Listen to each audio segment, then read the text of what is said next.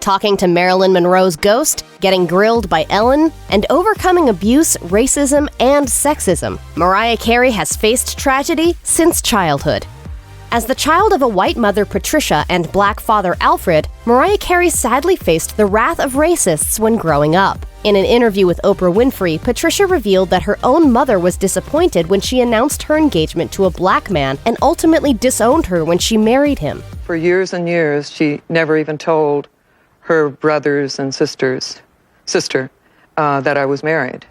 The Careys also faced racial prejudice from their neighbors, some of whom allegedly poisoned the family dog and even shot through their windows. But it wasn't until a 6-year-old Mariah brought a friend around to her father's house that she realized she looked different to the other children in her predominantly white neighborhood. Explaining that she didn't believe her friend had ever seen a black man before, Mariah told The Guardian that her friend began crying when she saw her dad. Although her father tried to comfort her, the realities of racism became resoundingly clear to the adolescent. Being a light-skinned black girl who was often misidentified as white, Mariah told Vulture about the shame she felt of having to live in white neighborhoods where no one was visibly black. It was these experiences that instilled Mariah with feelings of loneliness and not belonging. Accordingly, growing up in a bigoted environment led to her questioning her own identity. As she told The Guardian, "I am very insecure about my looks, and I always have been because of being mixed race. As a child, I felt very out of place and didn't feel pretty. If you or a loved one has experienced a hate crime, contact the Victim Connect hotline by phone at 1-855-4VICTIM or by chat for more information or assistance in locating services to help. If you or a loved one are in immediate danger, call 911.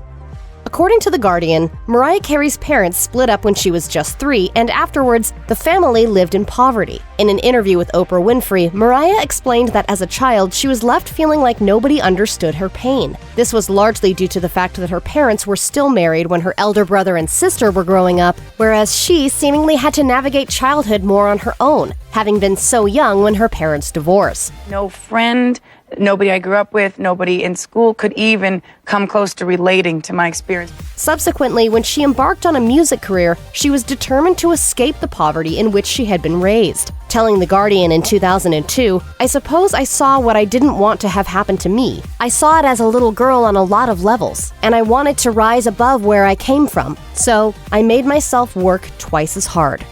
When Mariah Carey was growing up, she soon realized that she couldn't always rely on the adults in her life. At the tender age of 7, she was at the beach with her mom and nearly drowned. Despite screaming for help, her mother allegedly remained oblivious per the singer's 2020 memoir, The Meaning of Mariah Carey. Subsequently, she acknowledged feeling as though she never had someone who loved her unconditionally. Due to these feelings of being unloved, she began to question whether Patricia actually wanted to become a mom in the first place. In a chat with The Guardian, she discussed the origin story of her biggest hit, All I Want for Christmas Is You, which she was spurred to write after experiencing one too many unhappy festive seasons as a child. In her memoir, the singer explained that she grew up idolizing her mom, but the pair's relationship seemed fraught at the best of times. Describing her toxic relationship with Patricia, Mariah explained that while she loves her mom and believes she did her best, she nonetheless felt that her mother caused her severe emotional damage. Speaking with CBS This Morning, Mariah revealed that these difficulties with her mom were made worse by her fame, as Patricia apparently grew jealous of her own daughter's success as her own dreams of being a famous opera singer dwindled.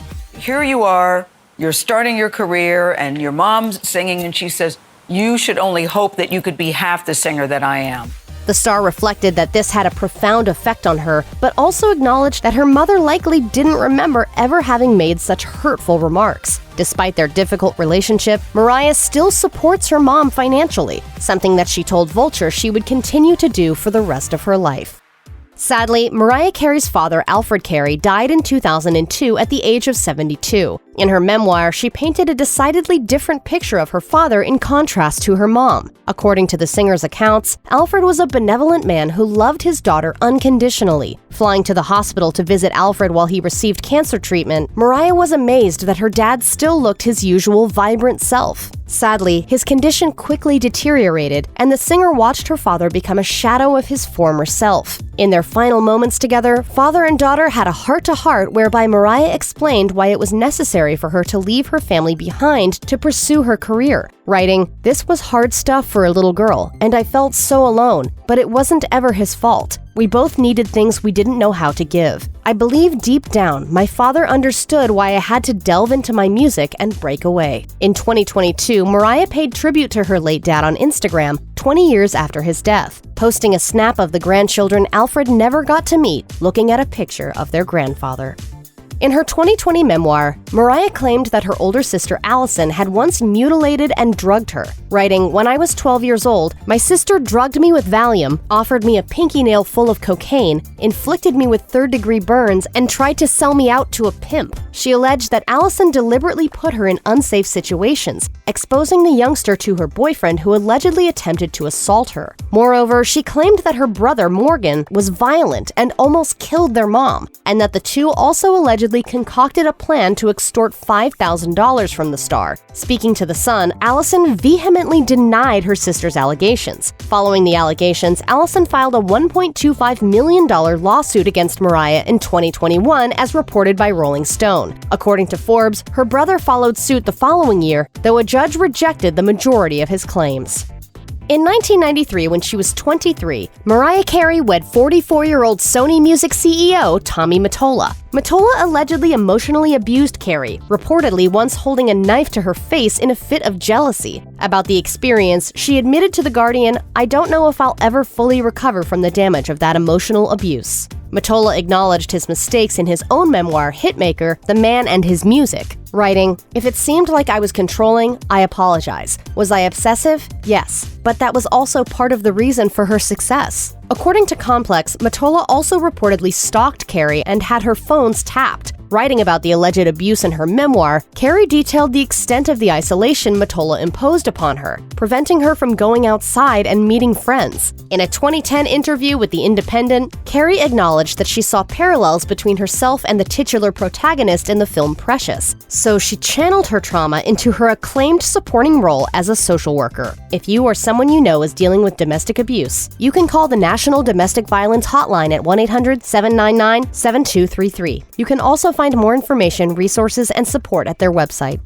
In 2001, Mariah Carey found herself facing mental health struggles, leading to a cruel media frenzy. Per The Guardian, she claimed that Marilyn Monroe, her biggest idol, was conversing with her from beyond the grave. Emotionally exhausted, people reported that she was hospitalized and diagnosed with bipolar disorder. For years, she thought she had insomnia when in actuality she was experiencing mania, telling people in 2018, "Until recently, I lived in denial and isolation, and in constant fear someone would expose me. It was too heavy a burden to carry, and I simply couldn't do that anymore." The songstress went to therapy and was also put on medication for her disorder. She said that she wanted to alleviate the enduring stigma surrounding mental illness, particularly when it comes to poorly understood conditions such as bipolar disorder. Furthermore, according to The Guardian, it was Carey's mom who called the cops on her when she was experiencing personal turmoil, something that angered the superstar singer. Noting in her memoir that the police believed her mom over her, she mused, "Even Mariah Carey couldn't compete with a nameless white woman in distress." If you or someone you know needs help with mental health, please contact the Crisis Text Line by texting HOME to 741-741. Call the National Alliance on Mental Illness helpline at 1-800-950-NAMI-6264 or visit the National Institute of Mental Health website.